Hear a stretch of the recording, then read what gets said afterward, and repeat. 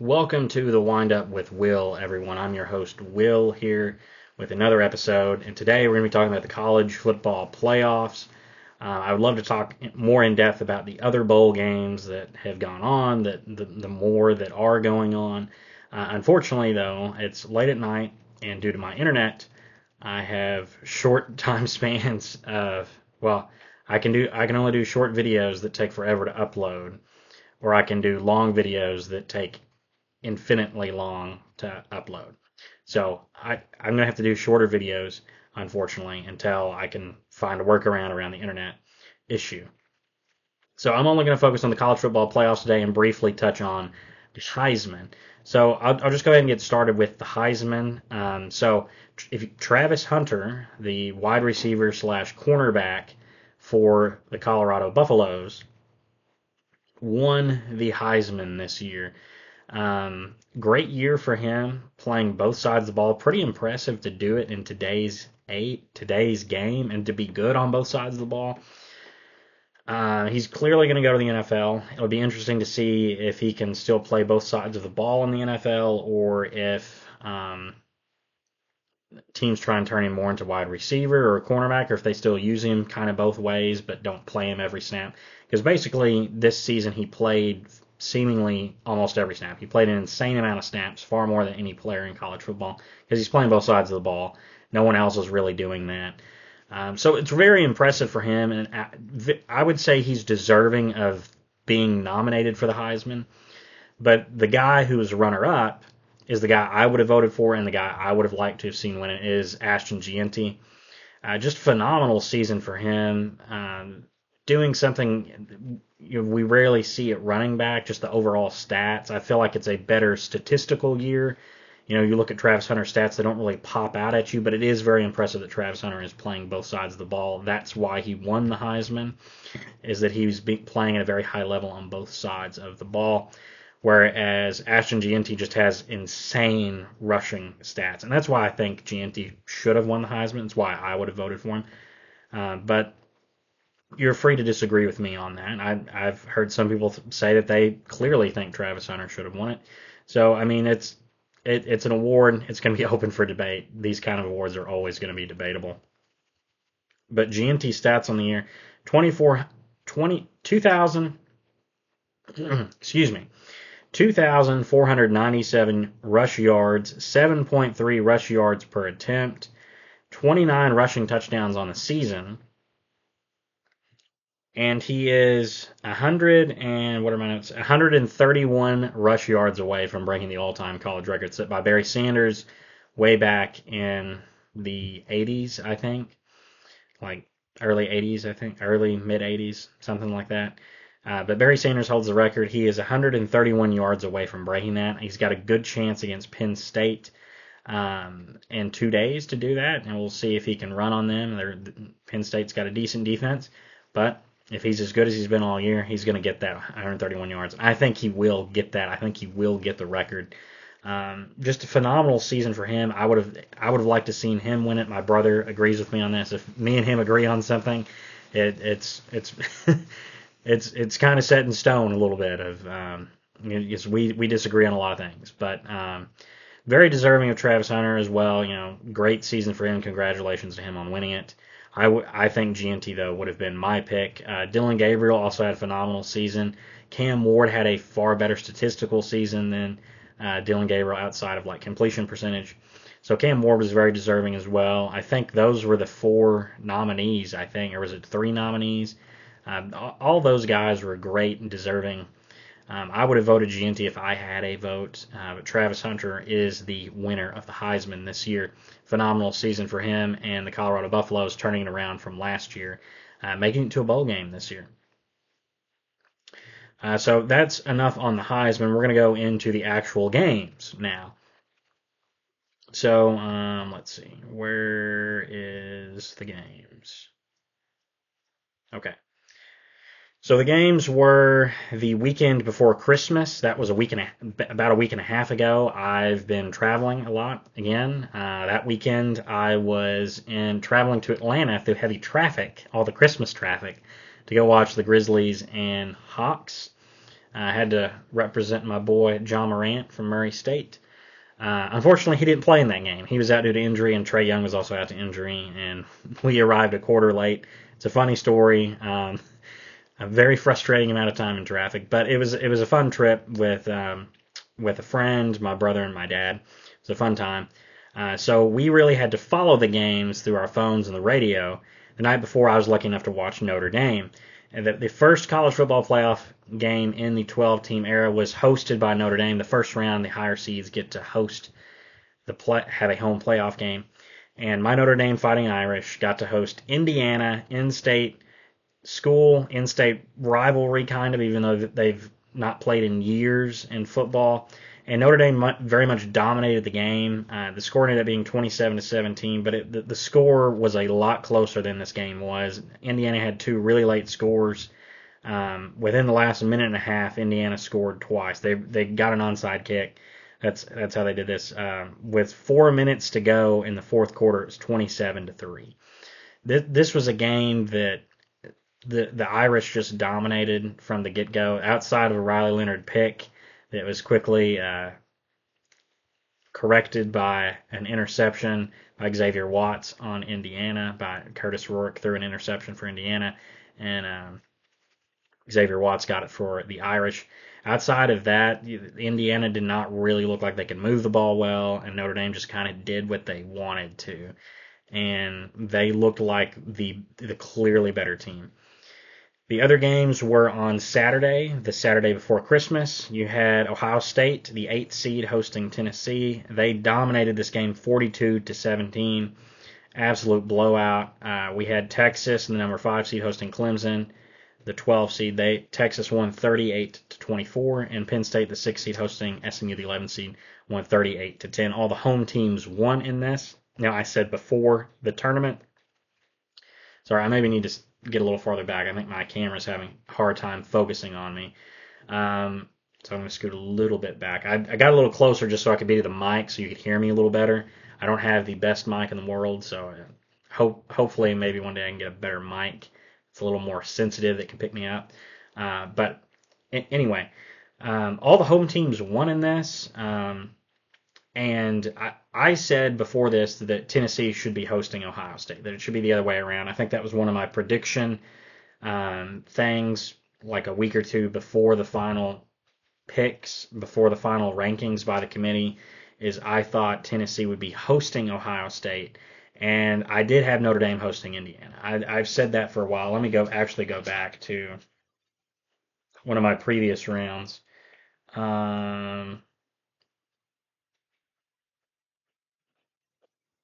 Actually, it was probably several weeks ago. Where did I put it? Maybe it was preseason. No, it couldn't be preseason. I would not have picked Indiana to make it. Let's see, where is it?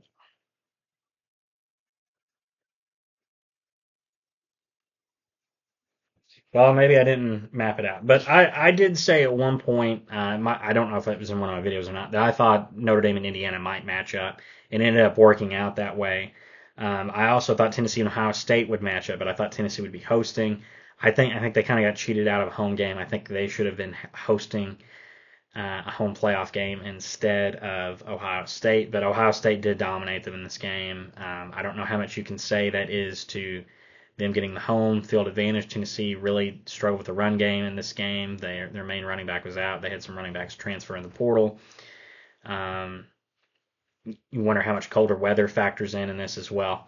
But all the home teams won, and they pretty much dominated. Now, the scores in the Texas Clemson game was 14 points, and the Notre Dame Indiana game was 10 points, even though it was a much bigger divide in that game than what the final score shows. And so people were complaining, especially early on, about like Indiana shouldn't have been in the playoffs, SMU shouldn't have been in the playoffs. Look, they're getting blown out of games. And then Ohio State just completely mauls Tennessee. And then everyone kind of went silent on that. Because clearly, I think Tennessee is a playoff team. I think everyone agrees on that. I think no one has issues with that. They had issues with SMU and Indiana. But all these teams got blown out having to play on the road. I think this goes to show that the SEC or the Big Ten or whatever is not quite this just dominant stronghold that's better than everyone. That there's other teams outside of that that are good and capable, and the teams in the SEC and Big Ten are capable of getting blown out as well. Now, Indiana's a little different since they're not normally a football school, but they had a really good year this year and they were deserving of the playoffs, just as SMU was. And my opinion on this whole thing, and I've debated a lot with my dad on this and some other people, is that SMU should have been in this playoffs, and it was a good thing they were in this playoffs. Because otherwise, why in the world would they go if you're going to kick them out for losing the ACC title game when they're already ranked inside the top 12? Then you're just basically telling conferences you're better off not having a conference championship game because this way you don't risk getting one of your teams kicked out of the playoffs if they lose this thing. So I think that was the right thing to do to keep them in. You weren't going to kick Georgia out if their third loss was in the SEC title game. So why should SMU be kicked out? Their second loss coming in the ACC title game. I understand you're going to say that they played a much weaker schedule. They don't have a signature win on the year. That's fine. I understand that. Well, actually, they kind of do. They beat Louisville, who's a much better team than people think, and Louisville won at Clemson. Yeah, I know Clemson beat SMU in the ACC title game, but SMU did come back and make it close in that game. So it's not quite like, oh, well, Clemson's that much better than them. If they played 10 times, who's to say that SMU doesn't win the majority of those times? They might.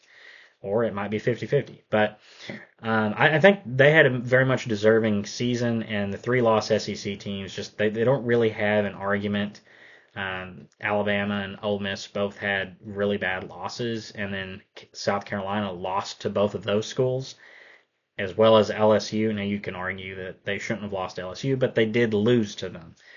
3 losses is going to make it kind of hard to make it into the playoffs in this first year, especially with some of the good 2-loss teams and 1-loss teams that were in the field. So I think it's totally justifiable to take Indiana and SMU, and that's what the 12-team playoff was designed for, is to have these other schools in it, to have the Boise State, to have the Indiana, to have the SMU, not so you can take 5 or 6 SEC schools. That's not what this is for, or 5 or 6 Big Ten schools. That's not what this is for. And I think it's been terrific so far. I know the first round games have been blowouts, but if you want to go back and look at the 14 playoffs throughout all the years, there's been a bunch of blowouts in those playoff games. I think there was only like 1 year in which there wasn't a blowout in any of the 3 games. There's been blowouts in the championship. Georgia killing TCU that 1 year. I think didn't Michigan win big last year over Washington? Like there's all these blowouts. There's blowouts in the BCS title games. It's just that it's not the NFL, people. It's not. You're not going to get Patrick Mahomes and the Eagles and it comes down to a 3-point game at the end of the Super Bowl. You're not getting that in every one of these playoff games, and you're not going to get that in all these playoff games. You're not going to get that in all the title games. We haven't seen that in the past. We've not seen it in all the bowl games. It's great when it is a close game, but you're not going to see it all the time. So I think people need to pump the brakes a little bit about being upset that there's blowout games, because Tennessee, who everyone thinks should be a playoff team, got blown out by Ohio State. And if we're using the same metric we used in the previous years when we put Ohio State and Alabama in the 14 playoff, and they maybe shouldn't have been in, well, they won, so clearly they were deserving. And that's kind of the same argument here of, well, they killed Tennessee, unfortunately. I would have liked Tennessee to win that game. But the result is the result on the field. If Tennessee gets blown out in the Ohio State game, how can you say that they're undeserved? That all of a sudden now they should be undeserving of the playoffs? You don't hear that because people think Tennessee's a playoff team, even though they're said that for SMU and Indiana. But people kind of pumped the brakes a little bit when Tennessee got blown out. I think as I said before, I think all 12 teams in this playoff format, I think that was the right decision to have those teams in. I think the playoffs have been terrific so far. Of course, you want closer games, but I think we're going to get closer games in this next round. Enough rambling on about people arguing over the blowouts. Excuse me. So with those results, this is what the playoff bracket looks like. So tomorrow night in the Is it the Verbo Fiesta Bowl? Where's this game actually taking place at? Let's see. Is this in Arizona? It's in Glendale, Arizona, in the Cardinals Stadium, the Arizona Cardinals Stadium. It'll be Boise State, the 3 seed, having a bye, hosting, or not hosting, but the 6 seed Penn State. I think this will be a good game. Penn State's an 11.5 point favorite. I think this will be a much closer game than that. I think it's going to be a good game. That's the only game in the playoffs that's on New Year's Eve. On New Year's Day, we have the other uh, playoff games in the Chick-fil-A Peach Bowl in Atlanta. We've got number 4 Arizona State and number 5 Texas. That is a 13-point favorite Texas in that game, even though they're the lower seed. I think it'll be closer than that too, but we'll see. There's been blowouts in the earlier rounds, so we will see on that. The Rose Bowl later at 4. So I guess I should tell you the time so you could actually watch it. The Fiesta Bowl is 6:30 Central Time tomorrow on ESPN, New Year's Eve. On New Year's Day at noon, we have Arizona State and Texas in the Chick-fil-A Peach Bowl in Atlanta. That is 12 o'clock noon Central Time on ESPN. Then at 4 o'clock Central Time on ESPN, we have the Rose Bowl between number 1 Oregon and number 8 Ohio State. This is a rematch of earlier in the season. I forget which week they played. I think it was like maybe week 5 or 6 or something like that. And Oregon won on like a last-second field goal. It was a great game. 2 really good teams. This is a rematch. I think a lot of people throughout the season picked this as a rematch. I did as a preseason prediction. I didn't have it in this round. I think I had it in the semifinals in my preseason prediction video. I said these two schools would rematch at some point. I think I maybe even actually had them matching three times in the season, in regular season, conference championship, and then again in the playoffs. It didn't work out like that because Penn State got to play in the Big Ten title game. But anyway, they're rematching again. This is going to be a great game. Ohio State's actually a 2.5 point favorite over Oregon. I disagree with that. I think Oregon should be the favorite. They're the number 1 team in the nation. They have gone undefeated all year. I know they won a close game at home against Ohio State earlier, but I think they're the better team. It's going to be a good game as well. And the night game at 7:45 Central Time on ESPN is number 2 Georgia versus number 7 Notre Dame. Georgia is a 1 point favorite.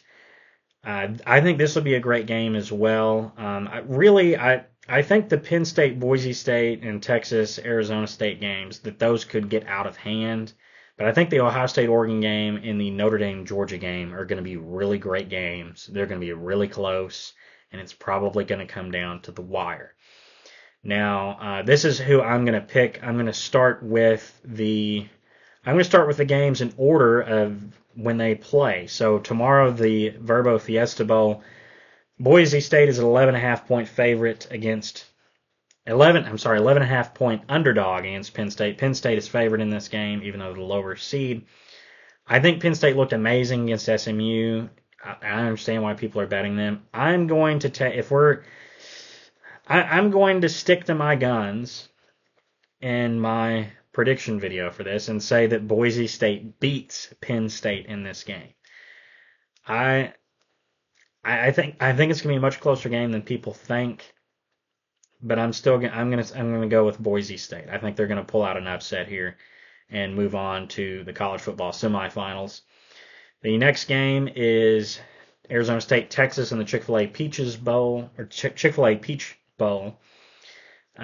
Texas is a 13.5 point favorite. I think Texas will win this game, but I think it'll be closer than 13 points. Give me Texas by 7 in this game. I think they will be ahead by more than 13 points, and late in the game, Arizona State is going to score to make it close and maybe even have a chance to score to force overtime. But I think Texas wins that game. The Rose Bowl between Oregon and Ohio State. I'm going to go Oregon, the 2.5 point underdog, surprisingly, in this game. I'm picking Oregon. I think Ohio State, even though they killed Tennessee, I think they got a favorable matchup. They got a game at home against a good Tennessee team that struggled on the road earlier in the season against Arkansas. And they had some running back trouble in this game and had some injuries. So going up against a tough Oregon team who is rested, it might be a little different than facing a Tennessee team that has some injuries. So I'm going to pick Oregon to beat Ohio State in the Rose Bowl. And then that leaves the All-State Sugar Bowl tomorrow, or actually 2 nights from now, between Georgia and Notre Dame. Georgia's a 1-point favorite. I am picking my Notre Dame Fighting Irish to win this game. I think this will be the game of the day. I think this will be a great game. Georgia's starting quarterback Carson Beck is out for the season with, I think it's a shoulder injury. So Gunnar Stockton, the backup quarterback, is in for Georgia. They actually won the SEC title game with him as coming in the second half to be their starter. Since he is the starter, going to be the starter now for Georgia, I'm going to pick Notre Dame. I think Riley Leonard has more experience, and the Notre Dame Fighting Irish have a really good defense. Gunnar Stockton is a freshman. He did well in the SEC title game for a little over a half. Can he play like that, play good enough like that in a big game against Notre Dame for a full game? We will see, but I think Notre Dame wins this game. I think it'll be a close game. Give me Notre Dame by 3 points. Think they win on a field goal. So if that's the case, we got Notre Dame, Boise State matching up in the semifinals in the Capital One Orange Bowl, and Texas and Oregon matching up in the Goodyear Cotton Bowl Classic. This was my prediction video before the playoffs started. As I said, that this is how it would work out. I did have my one flaw so far is I had Tennessee beating Ohio State, but the rest of the way, my predictions is Texas, Oregon. I think Oregon will beat Texas. Notre Dame will beat Boise State. Be Notre Dame, Oregon in the championship, and I'm going to pick Oregon to win it all. I think Oregon is just a really good team. They're really tough. Dillon Gabriel has a lot of experience at quarterback, and if it's coming down to 2 really good quarterbacks, I'm going to pick. I love Riley Leonard, but I think Dillon Gabriel is the better quarterback out of those 2. So I'm going to pick the Oregon Ducks to win the national championship. That was my prediction video earlier. I'm hoping that that's wrong. I hope the Notre Dame Fighting Irish go all the way. But tomorrow, or actually the next 2 days, we're going to see the college football playoffs going. I've got Texas, Oregon, Boise State, and Notre Dame winning in the quarterfinals to go to the semifinals. I think that's all I've got for this video. It's gone on longer than I wanted again, but this is I love talking sports, so I kind of ramble on. But that's all I got for this video. Let me know in the comments down below who you think should have won the Heisman. Should it have been Travis Hunter? Should have been Ashton Jeanty? Should it have been Cam Ward or Dillon Gabriel? Who's going to win the college football playoffs? Are my picks right? Are they wrong? Let me know down below, and I'll see you guys in the next video. Adios.